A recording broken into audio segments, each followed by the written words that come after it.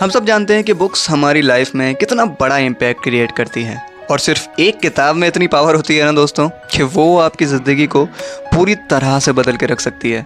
और इसी वजह से तो आपने हमारे इस चैनल को सब्सक्राइब किया है ना? क्या नहीं किया अभी?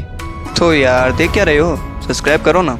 आपने वॉरेन बफेट की ये स्टोरी तो बहुत बार सुनी होगी ना कि एक बार वॉरेन बफेट से पूछा गया कि आपके सक्सेस का सीक्रेट क्या है, तो उन्होंने अपने पीछे रखे एक बुक शेफ की ओर इशारा किया और कहा आई रीड अ लॉट। और सिर्फ वॉरेन बफेट ही नहीं, इस दुनिया के ऐसे बहुत लोग हैं, ऐसे बहुत सारे लीडर्स हैं जो बुक रीडिंग करते हैं और जानते हैं कि एक बुक हमारी लाइफ पे कितना बड़ा इम्पैक्ट डाल सकती है। जैसे Elon Musk, mark Zuckerberg, Bill Gates, Naval Ravikant और ऐसे कई सारे बिलियनर्स मिलियनर्स लोग हैं जो अपनी सक्सेस का सीक्रेट बुक रीडिंग ही बताते हैं। तो बहुत ही अच्छा कोट है, a non reader lives a single life but a reader lives many lives.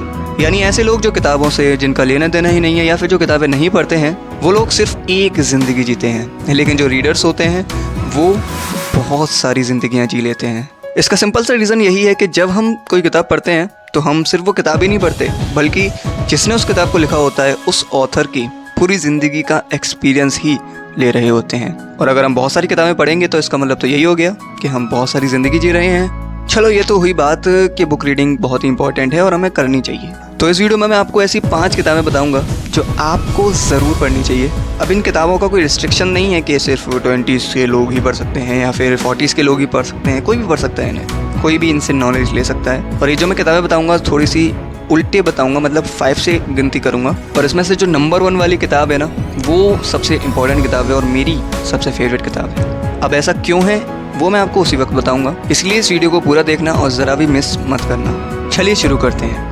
Number 5, sapiens a brief history of human kind. क्या आपको पता है कि आज से लगभग 1 लाख साल पहले हम ह्यूमंस जैसी ही 6 स्पीशीज़ इस दुनिया में एग्जिस्ट करती थी और आज सिर्फ एक ही स्पीशीज़ बची है जो कि है हम खुद, होमो सेपियंस। ये बुक हमें यही बताती है कि कैसे हमारी स्पीशीज़ डोमिनेंस के इस बैटल में सबसे ज़्यादा आगे बढ़ पाई, कैसे हमारे एंसेस्टर्स ने, कैसे हमारे पूर्वजों ने ये शहर बनाए, कैसे किंगडम बने, कैसे कल्चर आया, कैसे रिलीजन्स आए, कैसे हम ये बिलीव करने लगे कि गॉड्स रियल में एग्जिस्ट करते हैं, कैसे एक नेशन बना, कैसे हमारे ह्यूमन राइट्स बने, कैसे हमारे अधिकार बने और आने वाला समय कैसा होगा।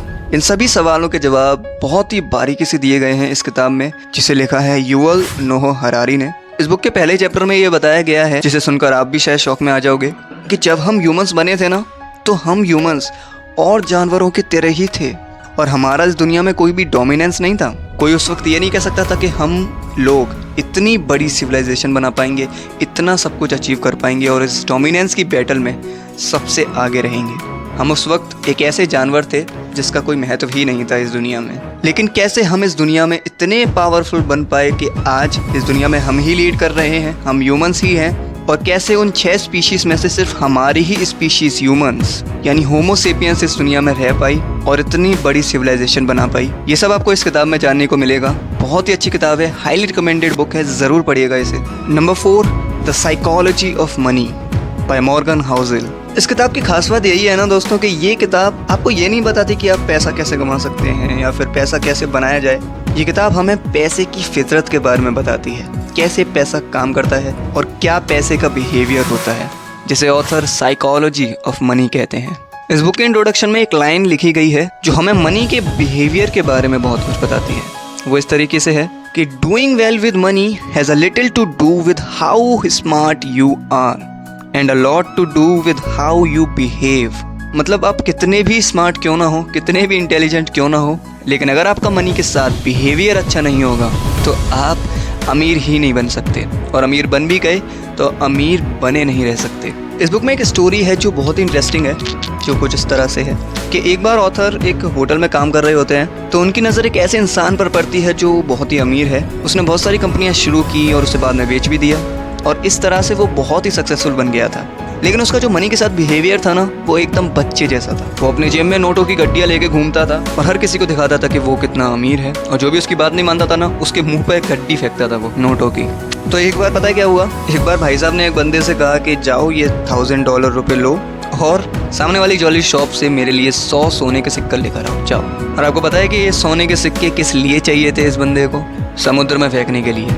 या यू हेard इट राइट। इन भाई साहब ने ये बेट लगाई हुई थी अपने दोस्तों से कि कौन सबसे ज्यादा दूर इन कॉइन्स को फेंकेगा।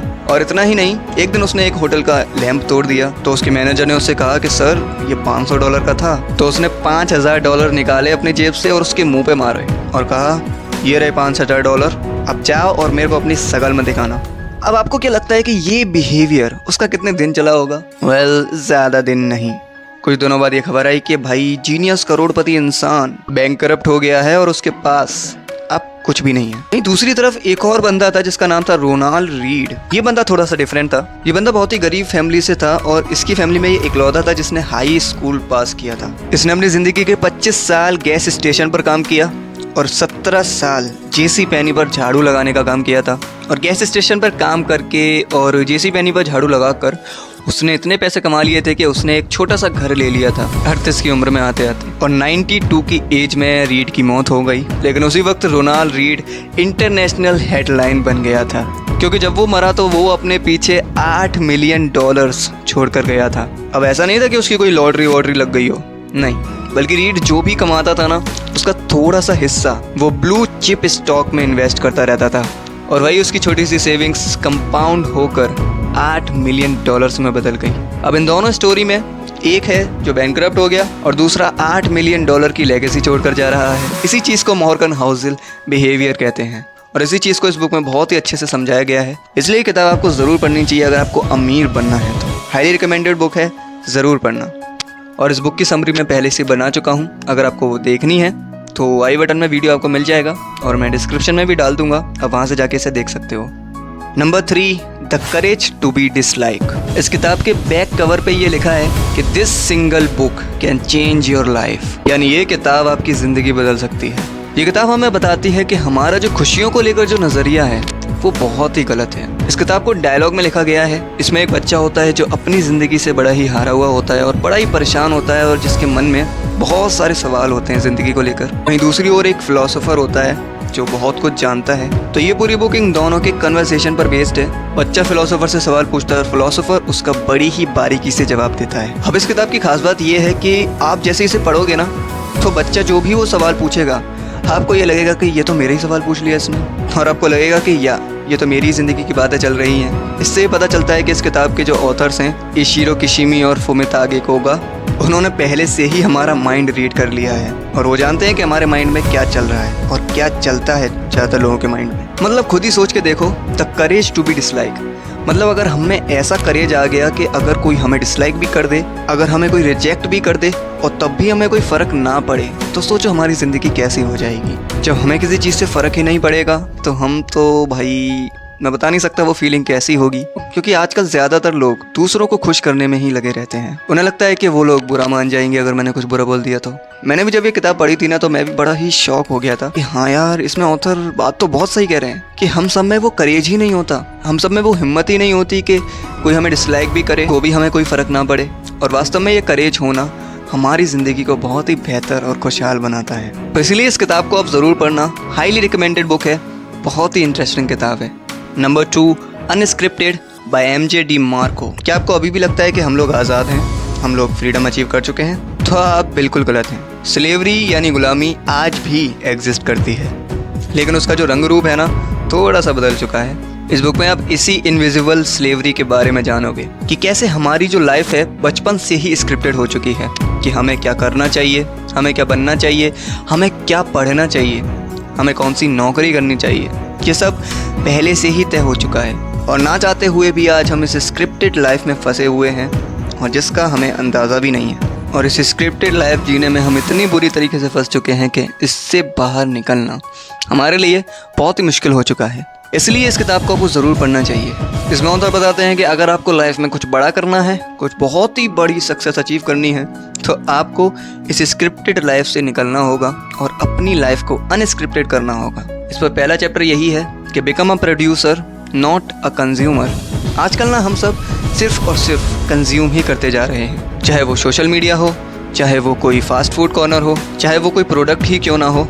हम सब ना इस कंजप्शन के इस माया जाल में फंस चुके हैं और जो भी चीज़ें हमें लोग रिकमेंड करते हैं या फिर जो भी प्रोडक्ट के बारे में हमें बताते हैं, हम उसे आँख बंद कर कर खरीद लेते हैं। और आप मानो ना मानो पर यही रियलिटी है। आज हम सब गुलाम हैं स्क्रिप्टेड लाइफ के, तो इसलिए एक प्रोड्यूसर बनो ना कि कंज्यूमर, एक एंटरप्रेन्योर बनो ना कि एक वर्कर। इसलिए इस किताब को आप ज़रूर पढ़ना, क्योंकि इस बुक को पढ़ने से पहले मेरा भी माइंडसेट एक स्क्रिप्टेड लाइफ की तरह ही था, मतलब एक स्क्रिप्टेड ही था एक तरह से। लेकिन इस बुक को पढ़ने के बाद मुझे भी ये रियलाइज़ हुआ कि हम सब रियली में एक गुलामों की तरह ही जी रहे हैं। जो भी हमसे बचपन में कहा जाता है हम वही करते आ रहे हैं। तो इस माया जाल से बाहर निकलने के लिए आप इस किताब को ज़रूर पढ़ना।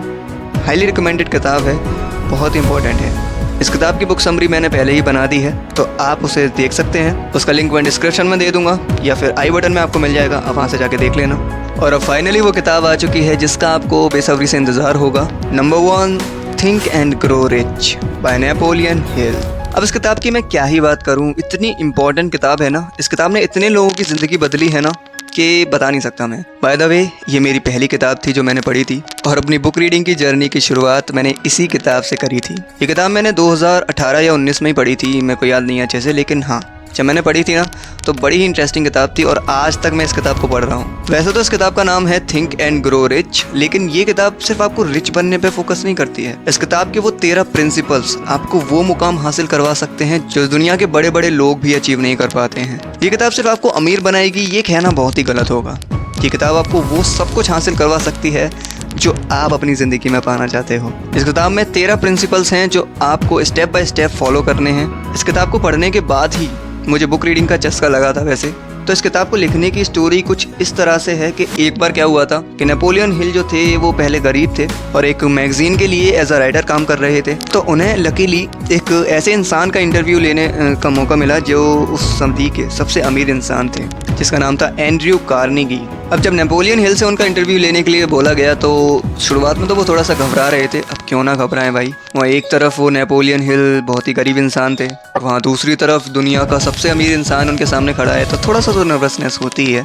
और यही नर्वसनेस नेपोलियन हिल को भी हो रही थी। लेकिन नेपोलियन हिल ने कैसे भी हिम्मत करके उनसे उनका इंटरव्यू लिया, और इस इंटरव्यू में एंड्रयू कार्नेगी को इतना मज़ा आया कि ये इंटरव्यू 2 या 3 दिन तक चला था।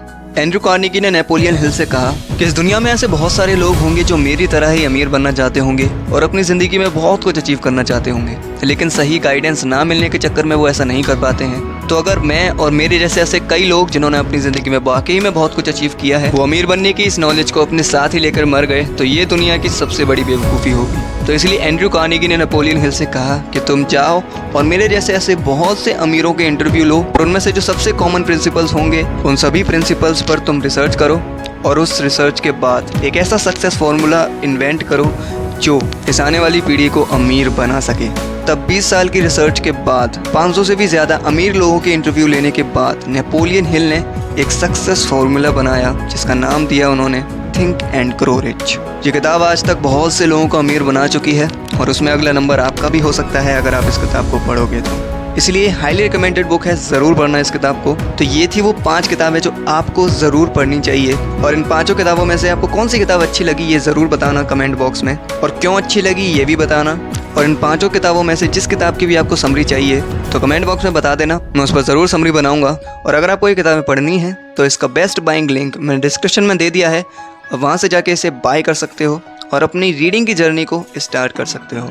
अगर आपने अभी तक स्टार्ट नहीं की है तो आपको ज़रा सा भी थोड़ा सा भी लगा हो कि मैंने आपकी लाइफ में वैल्यू ऐड की है तो प्लीज़ हमारे चैनल को सब्सक्राइब कर लो और बेल आइकन दबा लो ताकि आने वाली वीडियोस आप मिस ना कर सको। मैं मिलूंगा आपसे अगली वीडियो में एक नई समरी के साथ, एक नए लेसन के साथ। तब तक के लिए keep reading, keep growing. Thank you for watching. धन्यवाद।